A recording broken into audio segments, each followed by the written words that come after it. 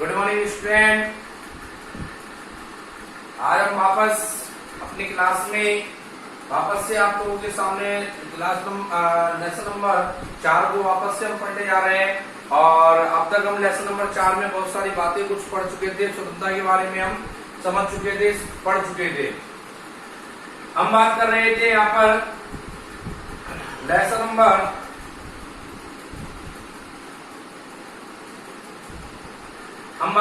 यहाँ पर lesson number 4 की।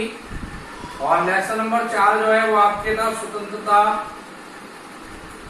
व समानता। और इसमें बहुत सारी बातें जो हम पढ़ चुके थे उसका अध्ययन कर चुके थे। स्वतंत्रता और समानता की अगर हम बात करें, स्वतंत्रता के बारे में हमने पढ़ा बंधनों का अभाव, बंधनों से मुक्त होना, ये स्वतंत्रता कहलाती है। इस स्वतंत्रता के अंतर्गत हमने बहुत सारी बातें पढ़ी। स्वतंत्रता कितने प्रकार की होती है, स्वतंत्रता के अंतर्गत बंधनों का होना जरूरी होता है या नहीं होता है। कुछ प्रतिबंध ऐसे भी होते हैं जो व्यक्ति के जीवन में अनिवार्य है, अगर वो प्रतिबंध नहीं होंगे तो निश्चित रूप से हिंसक भी हो सकता है और अपने अधिकारों का, अपनी स्वतंत्रताओं का दुरुपयोग भी कर सकता है। हमने यहाँ पर स्वतंत्रताओं के बारे में पढ़ा, स्वतंत्रता कितने प्रकार की होती है। तो हमने यहाँ पर प्राकृतिक स्वतंत्रता के बारे में पढ़ा, राष्ट्रीय स्वतंत्रता के बारे में पढ़ा, राजनीतिक स्वतंत्रता के बारे में पढ़ा, संवैधानिक स्वतंत्रता के बारे में पढ़ा।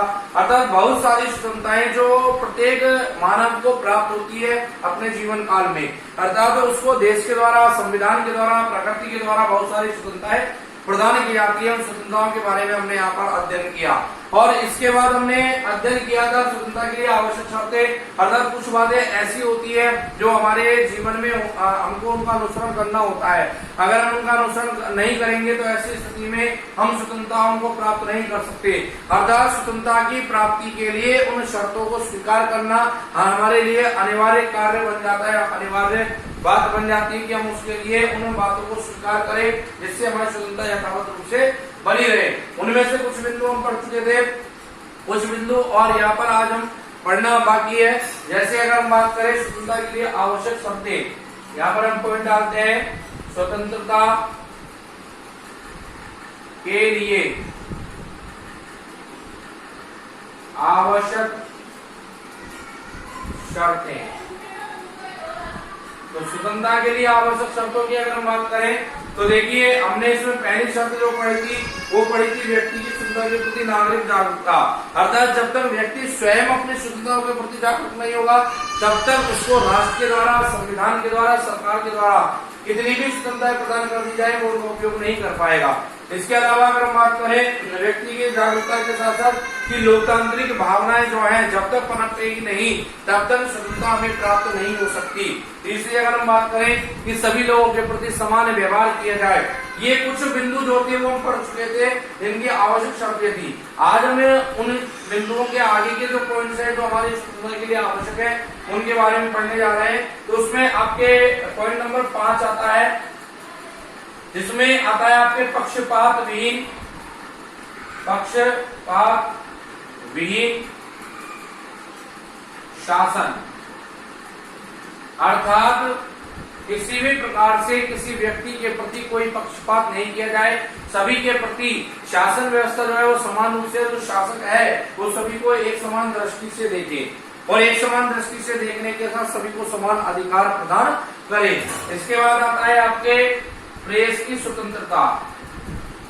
प्रेस की स्वतंत्रता, प्रेस की स्वतंत्रता की बात करें यानी कोई भी व्यक्ति जो है वो अभिव्यक्ति अपने विचारों को प्रस्तुत करने का अधिकार रखता है, उस पर किसी प्रकार का कोई प्रतिबंध नहीं होना चाहिए। कोई व्यक्ति अपनी बातों को जो रखना चाहता है वो बात स्वतंत्रता पूर्वक रख सके, ये इसको स्वतंत्रता प्राप्त होनी चाहिए। इसके बाद अगला आता है आपके निष्पक्ष जनमत। निष्पक्ष जनमत अर्थात जो जनमत होता है, जो मतदान किया जाता है, जो किसी भी प्रकार के मतदान के माध्यम से शासक चुना जाता है वो निष्पक्ष होना चाहिए। उस पर किसी व्यक्ति का कोई दबाव नहीं होना चाहिए, सरकार कोई दबाव नहीं होना चाहिए, किसी राजनीतिक दल का कोई दबाव नहीं होना चाहिए। अर्थात प्रत्येक व्यक्ति अपने मतदान का प्रयोग, मताधिकार का प्रयोग निष्पक्ष तरीके से कर सके और अपनी इच्छा अनुसार किसी भी व्यक्ति को अपने शासक बनने के लिए अपना मतदान कर सके। इसके बाद अगला बिंदु आता है आपके स्वतंत्र न्यायपालिका। स्वतंत्र न्यायपालिका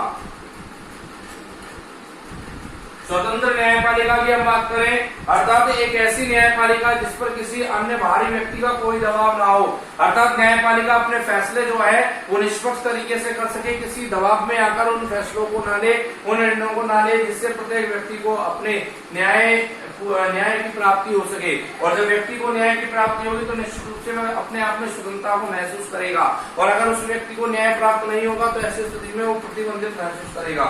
इसके बाद अगला बिंदु आता है आपके समाज में शांति व सुरक्षा, शांति व सुरक्षा व्यवस्था। समाज में शांति व सुरक्षा व्यवस्था का अर्थ है कि जब राष्ट्र में और समाज में भय का माहौल नहीं होगा, शांति बनी रहेगी, लोग अपने आप को सुरक्षित महसूस करेंगे तो निश्चित रूप से अपनी स्वतंत्रताओं का भी उपयोग कर सकेंगे।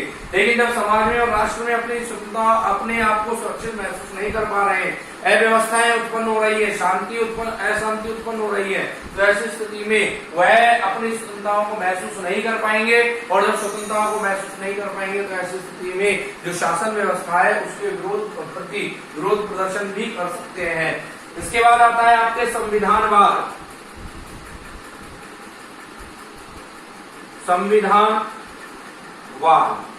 संविधानवाद की अगर हम बात करें, संविधानवाद क्या है? देखिए, संविधानवाद की अगर हम बात करें, संविधानवाद है कि कोई भी राष्ट्र की जो जनता है, किसी भी राष्ट्र की जो सरकार है वो संविधान के आधार पर ही शासन करे। कोई भी जनता है वो संविधान के बनाए गए नियम कानूनों की पालना करे। अर्थात सरकार और जनता दोनों का दायित्व बनता है कि संविधान का संरक्षण करे, संविधान के आधार पर निश्चित किए गए नियम कानूनों का पालन करे और उन नियम कानूनों के आधार पर ही अपना जीवन यापन करे। तो ये जो आप देख रहे हैं स्वतंत्रता के लिए आवश्यक शर्तें हैं, अगर इन आवश्यक शर्तों को हम स्वीकार कर लेते हैं, मान लेते हैं, तो निश्चित रूप से हम अपनी स्वतंत्रताओं को प्राप्त कर लेते हैं। लेकिन जो व्यक्ति, जो नागरिक इनको नहीं मानता है वो अपनी स्वतंत्रताओं को खो देता है, अपनी स्वतंत्रताओं की छवि वो स्वयं कर लेता है। अब इसके बाद आती है कुछ प्रमुख बाधाएं।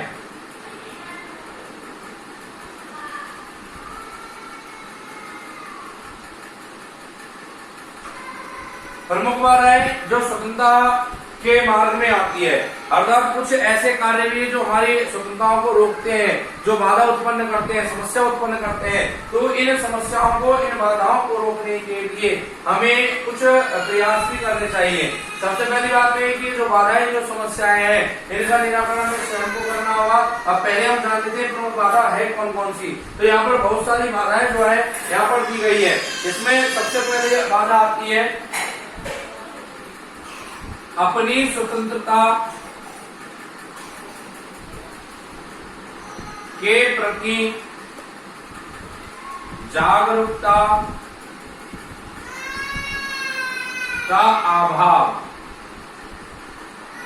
अपनी स्वतंत्रता के प्रति जागरूकता का अभाव। जब व्यक्ति अपनी स्वतंत्रता के प्रति जागरूक नहीं हो पाता है, अपने स्वतंत्रता और अधिकारों को स्वयं ही नहीं जान पाता है, उसको ये पता नहीं है कि उसके राष्ट्र के प्रति क्या कर्तव्य है, उसके स्वयं की क्या अधिकार स्वतंत्रता है, क्या उसको करना चाहिए, तो ऐसी स्थिति में उसकी स्वतंत्रता जो है वो अपने आप ही समाप्त होती दिखाई देती है।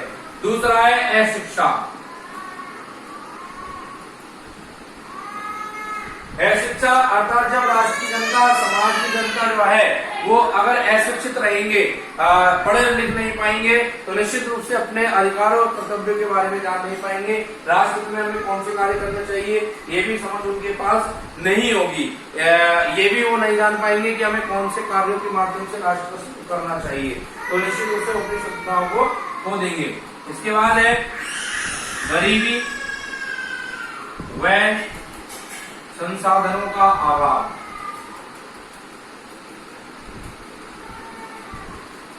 ये जो एक पॉइंट है गरीबी व संसाधनों का अभाव, ये स्वतंत्रता के मार्ग में बहुत बड़ी बाधा बनकर खड़ा है।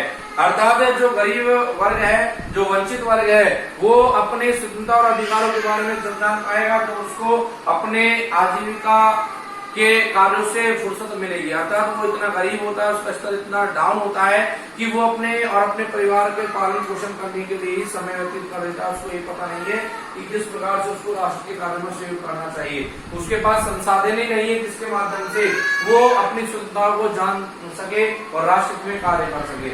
इसके बाद भी अगर हम बात करें, चौथा यहाँ पर आता है न्यायपालिका कार्यों में कार्यपालिका का हस्तक्षेप। चौथा है आपके न्यायपालिका के कार्यों में कार्यपालिका का हस्तक्षेप। अर्थात जो न्यायपालिका होती है, जैसा भी आपको पिछले वाले टॉपिक में पढ़ाया था कि न्यायपालिका स्वतंत्र होनी चाहिए, और जब कभी न्यायपालिका स्वतंत्र नहीं होती है, उसमें कार्यपालिका सरकार जो है, सरकार के राजनीतिक दल जो है, जो हस्तक्षेप करने लगते हैं, तो ऐसी स्थिति में वह अपने कार्य को ठीक प्रकार से नहीं कर पाती और इससे क्या होता है, लोगों को न्याय नहीं मिल पाता है। और जब लोगों को न्याय नहीं मिल पाता है तो ऐसी स्थिति में लोगों का सरकार और कानून के ऊपर से भरोसा उठने लगता है। जैसे ही सरकार और कानून के ऊपर से भरोसा उठने लगता है तो ऐसी स्थिति में राष्ट्र में हीन भावना उत्पन्न होने लगती है और संविधान और नियम कानूनों की अवहेलना होने लगती है। इसलिए ये भी बात आवश्यक है कि हमें न्यायपालिका को पूर्ण छोड़ देना चाहिए। तो यहाँ पर ये बहुत सारी चीजें आज आपको बताई गई, और भी कुछ बिंदु हैं जो आपको अगली क्लास में बताए जाएंगे। प्रमुख बाधाओं में कुछ बिंदु आपके बचे हुए हैं। मैं समझता हूँ कि आपके बिंदु जो है ठीक ठाक समझ में आएंगे और आप घर पर इनका एक बार अध्ययन करें, सेल्फ स्टडी इनकी करें। और मैं जहाँ तक समझता हूँ कि अगर किसी प्रकार की कोई समस्या आपको आती है, वैसे आनी नहीं चाहिए, लेकिन फिर भी अगर आती है तो आप अपने डाउट क्लियर कर सकते हैं क्लास के माध्यम से, स्कूल के माध्यम से। सबसे बड़ी बात ये कि ये जो आप जिस उद्देश्य के साथ हमारी क्लासेज जो ले रहे हैं और हम जो क्लासेज दे रहे हैं, वो उद्देश्यों की पूर्ति तभी हो पाएगी जब हम यहाँ क्लास में पढ़ने के बाद जब घर पर हम सेल्फ स्टडी करेंगे। अगर सेल्फ स्टडी नहीं करेंगे तो ऐसी स्थिति में हमारे उद्देश्यों की पूर्ति भी नहीं हो पाएगी। इसलिए सबसे बड़ा पॉइंट जो सबसे बड़ी बात जो निकल कर आती है वो यही बात निकल कर आती है कि हमें इन सब चीजों को घर पर भी पढ़ना आवश्यक है। इनकी जो पीडीएफ है, इनके जो रिटर्न वर्क है वो आपको अभी भेज दिया जाएगा, जिसके माध्यम से आप इनको एक बार और पढ़ सकते हैं। और वैसे मार्केट में बुक अवेलेबल है, आप मार्केट से बुक खरीदें और उसके बाद आप घर पर सेल्फ स्टडी करें। इसी प्रकार से आप हमारे साथ बने रहिए। आज की बातें जो है वो हम अगली क्लास में करेंगे और इसी प्रकार से अगर आप पढ़ते रहे निश्चित रूप से आपका जो उद्देश्य हो निश्चित रूप से पूरा होगा। घर पर रहिए, सुरक्षित रहिए।